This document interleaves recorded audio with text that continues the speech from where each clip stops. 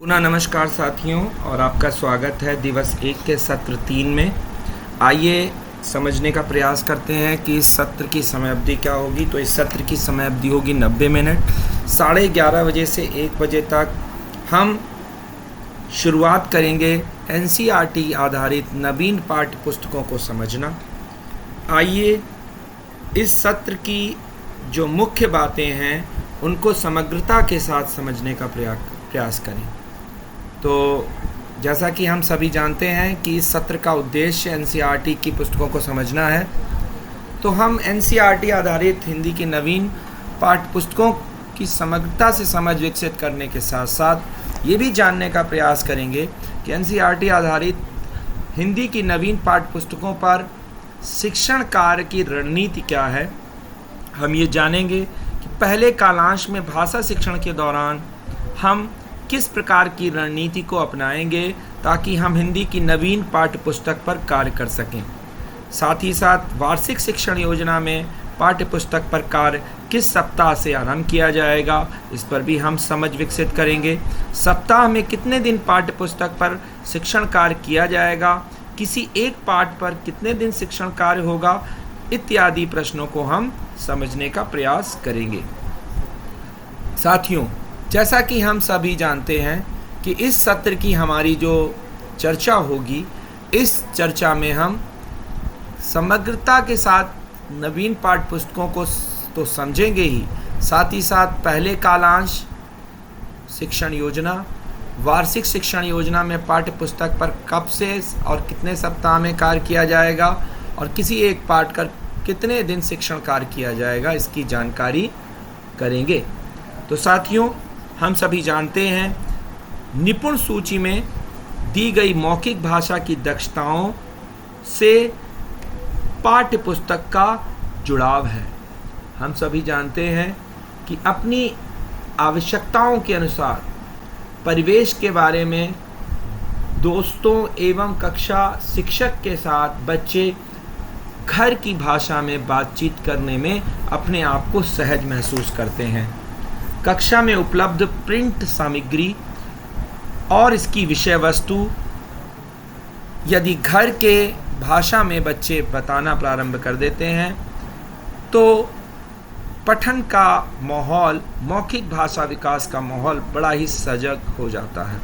प्रश्न पूछने के लिए बातचीत में संलग्न होना, एक दूसरे की बातचीत को समझना, कविताओं और गीतों को हाव भाव के साथ सुनना, इस गतिविधि इस मौखिक भाषा विकास की दक्षताओं के अंतर्गत बहुत महत्वपूर्ण हो जाती है। तो नवीन पाठ्य पुस्तकों का उपयोग हम जब कक्षा 1-2 में करेंगे एनसीईआरटी आधारित, तो मौखिक भाषा विकास की दक्षताओं को पूर्ण करना हमारा मुख्य उद्देश्य होगा।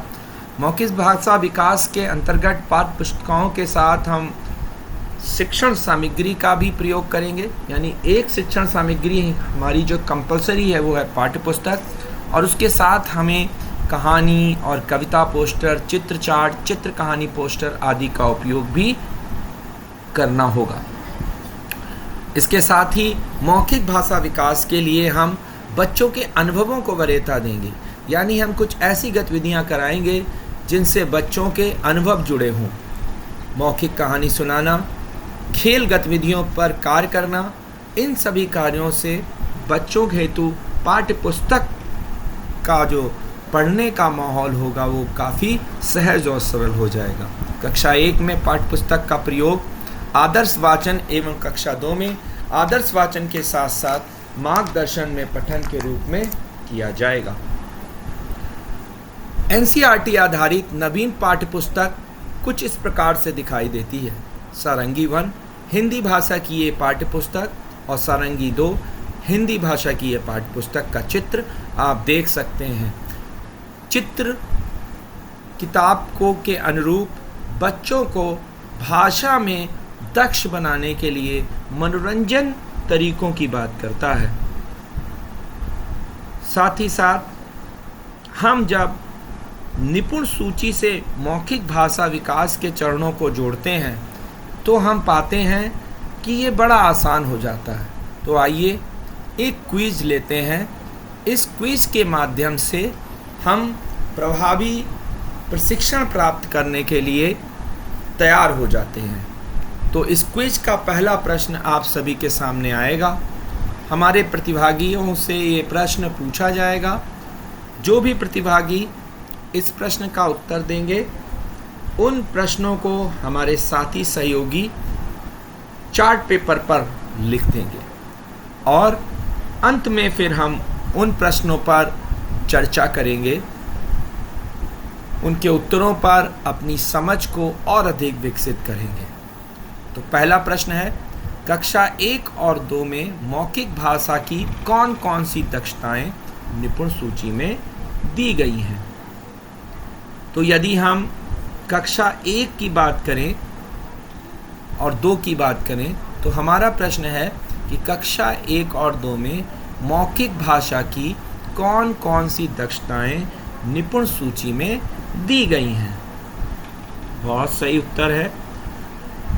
अपनी आवश्यकता एवं परिवेश के बारे में दोस्तों और कक्ष के शिक्षकों से बच्चे अपने घर की भाषा में बात कर पाएं, कविताओं एवं गीतों को हाव भाव के साथ सुना पाएं, कक्षा में उपलब्ध प्रिंट सामग्री और इसकी विषय वस्तु पर घर की भाषा में 1 से 2 वाक्यों में बता सकें, अपने अनुभवों के बारे में स्थानीय भाषा में 1-2 वाक्य बता सकें, चित्र घटना वस्तुओं के बारे में अपने घर की भाषा में 2 से 3 वाक्यों में बताना, कविता कहानी से जुड़े 2 से 3 तथ्यात्मक एवं कम से कम 2 उच्च स्तरीय चिंतन कौशल के प्रश्नों के उत्तर स्थानीय भाषा में देना, कठपुतलियों और अन्य सामग्रियों के साथ सुनी हुई कहानियों का अभिनय करना। तो आप सभी ने इन उत्तरों को दिया। अब आइए हम कक्षा 2 के बारे में भी बात कर लें। ये कक्षा 1 के बारे में बात थी।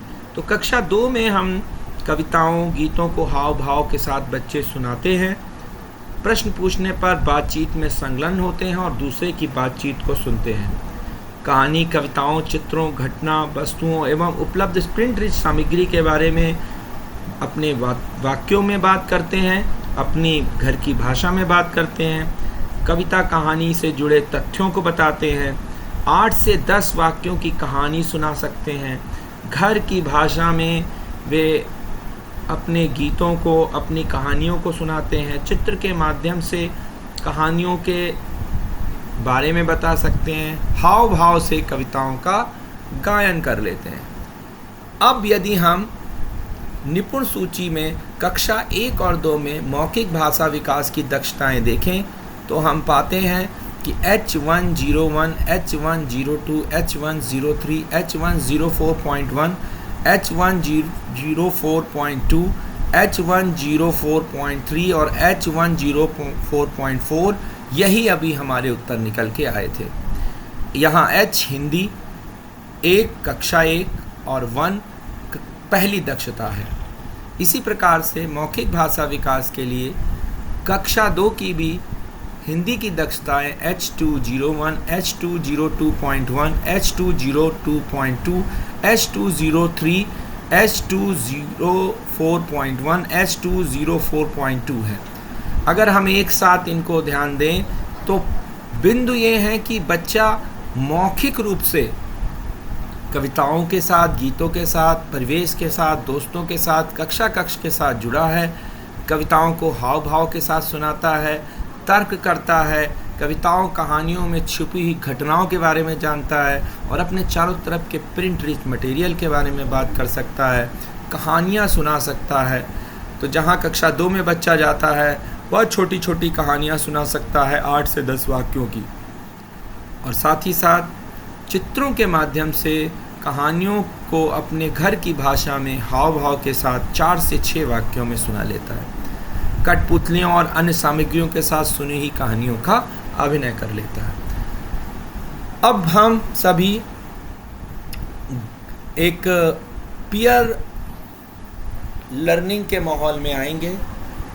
हम सभी अपने अपने जन्मदिन नोटपैड में नोट करेंगे और हमारे साथी शिक्षक के बोले जाने पर एक निश्चित संख्या वाले जन्म तिथि वाले लोग एक समूह बना लेंगे और इस प्रकार से हमारे 5 समूह बनेंगे। पांचों समूह को 5 प्रकार से चर्चा के लिए बिंदु दिए जाएंगे। पहला बिंदु होगा पाठ्य पुस्तक में दिए गए पाठ्य पुस्तक का उपयोग, आलेख को पढ़ना और उससे संबंधित समझ साझा करना। दूसरा समूह कक्षा 1 और 2 में पाठ्य पुस्तक में दिए गए प्रमुख थीम्स और उनके अंतर्गत आने वाले पाठों की रणनीति को साझा करेगा। समूह नंबर 3 कक्षा 1 पाठ्य पुस्तक के किसी एक पाठ पर आधारित कार्य करने की रणनीति साझा करेगा। समूह नंबर 4 कक्षा 2 में सुनी कहानी, खेल, गीत और आनंदमयी कविता पर कार्य करने की रणनीति साझा करेगा। समूह संख्या 5 कक्षा 2 में मिलकर कैसे पढ़ा जाए, इन पाठों पर कार्य करने की रणनीति का डेमो करेगा। चर्चा के प्रश्न आप सभी के समक्ष इस पीपीटी पर अंकित हैं, जो कि एनसीईआरटी की पाठ्य पुस्तक पर आधारित हैं। आप आपस में इन प्रश्नों पर चर्चा करेंगे और इसके बाद आपका प्रस्तुतिकरण होगा। इस हेतु आपको 5 मिनट दिए जाएंगे और 2 मिनट आपके सवाल जवाब के लिए होंगे। फिर जब आप प्रस्तुतिकरण करेंगे तो आपको प्रथम समूह को 5 मिनट का समय प्रस्तुतिकरण का होगा और 2 मिनट का समूह बाकी समूहों के सवालों के जवाब के लिए होगा। इसी प्रकार से समूह 2 5 मिनट की प्रस्तुतिकरण करेगा, बाकी 3 मिनट समूह के सवालों के जवाब के लिए होगा। इसी प्रकार से 3 और 4 समूह का समय 10 मिनट होगा, 5 मिनट बाकी समूहों के सवाल के जवाबों के लिए होगा। समूह 5 डेमो का समय 15 मिनट होगा और 5 मिनट बाकी समूहों के सवालों के जवाब के लिए होगा। इस प्रकार से हम पाते हैं कि पाठ्य पुस्तकों की समग्र समझ और पाठ्य पुस्तक आधारित शिक्षण की कार्यनीति कुछ इस प्रकार से होती है। विषय पाठ्य पुस्तक में दिए गए समूह 1 का विषय था। पाठ्य पुस्तक में दिए गए पाठ्य पुस्तक का उपयोग, आलेख को पढ़ना और उससे संबंधित समझ को साझा करना। ये समूह 1 से लेकर 5 तक का प्रस्तुतिकरण हुआ और इस प्रस्तुतिकरण के माध्यम से हमने समझ विकसित की। तो इस सत्र 3 में हमने यह जानने का प्रयास किया कि पाठ्य पुस्तक का प्रयोग कक्षा 1 में 15वें, कक्षा 2 और 3 में 5वें सप्ताह से किया जाएगा। कक्षा 1 और 2 में सारंगी 1 और 2 तथा कक्षा 3 में पंखुड़ी पर कार्य किया जाएगा। पाठ्य पुस्तक का प्रयोग कालांश 1 में सप्ताह के शुरुआती 4 दिनों में होगा, जहां हम दक्षता आधारित शिक्षण करते हैं।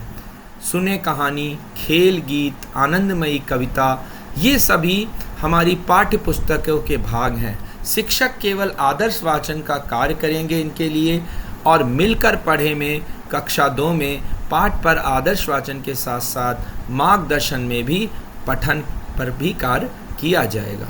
पाठ्य पुस्तक में पाठ के पीछे दी गई गतिविधियों पर भी सप्ताह के पहले 4 दिनों में कार्य क्रमशः सरल से जटिल के क्रम में किया गया है, यानी कि स्तरित पाठ से विस्तारित गतिविधियों तक हम सरल से जटिल पाठ की तरफ आ रहे हैं। कक्षा 3 में पंखुड़ी पाठ पुस्तक का ही प्रयोग किया जाएगा, जिसमें प्रत्येक पाठ पर 1 सप्ताह में 4 दिन कार्य किया जाएगा। तो साथियों, इस प्रकार से यह सत्र हमारा समाप्त होता है और इसी सत्र के साथ अब हम भोजनावकाश लेंगे और इस कक्ष में पुनः 2:15 पर उपस्थित होंगे।